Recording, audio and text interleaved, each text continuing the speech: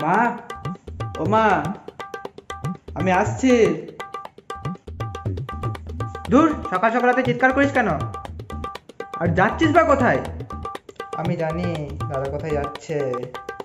আমি কোথায় যাচ্ছি সেটা নিয়ে তোকে মাথা ঘামাতে হবে না, তুই নিজের কাজ কর না ভাই। মা দেখছো তো। এই বাবান, তুই সবসময় ভাইকে বকিস কেন রে? আহ, সকাল সকাল কি এত হাঙ্গামে লেগেছো? শান্তিতে একটু খবরের কাগজটা পড়তেও দেবে না? বাবা, তুমি খবরের কাগজটা উল্টো ধরেছো।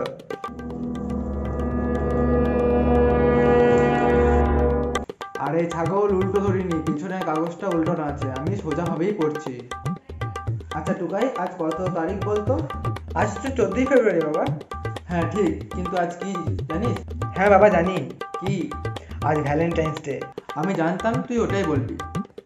আজকালকার জেনারেশন শুধু ওই ভ্যালেন্টাইন্স ডে নিয়ে পড়ে থাকে, কেউ অন্য প্রসঙ্গের ব্যাপারে জানিই না। অন্য আবার কি প্রসঙ্গ বাবা? আচ্ছা তোমরা গল্প করো, আমি যাই, গ্যাসে কুকার চাপানো আছে। আজ কি? আজ হলো ব্ল্যাক ডে।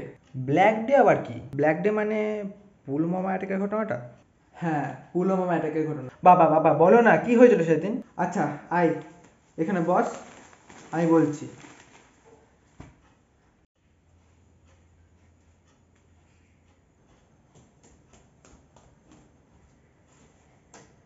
টুকায়, মাথা থেকে হেডফোনটা খোল, না হলে শুনবি কি করে? হ্যাঁ এবার বলো। পুলওয়ামার নাম শুনেছিস? না বাবা। পুলওয়ামা হলো কাশ্মীরের একটি জেলা। দিনটা আজকের মতোই 14ই ফেব্রুয়ারি, কিন্তু সালটা 2019। সেদিন আমাদের সিআরপিএফ সৈনিকরা বাসে করে জম্মু থেকে শ্রীনগর যাচ্ছিল, জম্মু শ্রীনগর এক্সপ্রেসওয়ের উপর দিয়ে। তোরা তো জানিস হাইওয়ের সাথে অনেক লিঙ্ক রোড যুক্ত হয়, সেই রকমই একটা লিঙ্ক রোড পুলওয়ামাতেও যুক্ত হয়েছিল। সেই লিঙ্ক রোড দিয়েই টেরিস্টের লাল প্যাসেঞ্জার ভ্যান হাইওয়েতে উঠে বাসগুলির সাথে সাথে চলতে শুরু করে। এখানে বলা দরকার, সিআরপিএফদের মোট 78টি বাস যাচ্ছিল। তারা ভ্যানটিকে দেখতে পেয়ে মাইকের সাহায্যে ভ্যানটিকে দূরে সরে যেতে বলে, কিন্তু ভ্যানটি অল্প দূরে সরে গিয়ে আবার একটি বাসের সাথে এসে জোরে ধাক্কা দেয়।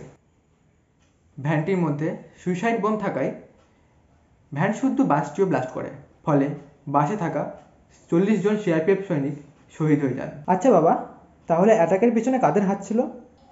দেখ, খবরে যতটুকু জানা গেছে, এই অ্যাটাকের পেছনে পাকিস্তানের জৈশ-ই মোহাম্মদ গ্রুপের হাত আছে। তাহলে এই গ্রুপের কি হলো? 14ই ফেব্রুয়ারি এই অ্যাটাকের প্রায় 12 দিন পর, অর্থাৎ 26 ফেব্রুয়ারি, ইন্ডিয়ান এয়ারফোর্স দ্বারা সেই টেররিস্টদের গ্রুপের বেসকে ধ্বংস করে দেওয়া হয়। আজকের দিনে এই প্রসঙ্গ নিয়ে কেউ আলোচনা করে না। এই দিনে আমাদের দেশের বীর সৈনিকেরা দেশের জন্য প্রাণ ত্যাগ করেছিলেন, কিন্তু আমরা তাদের কাউকে মনে রাখিনি।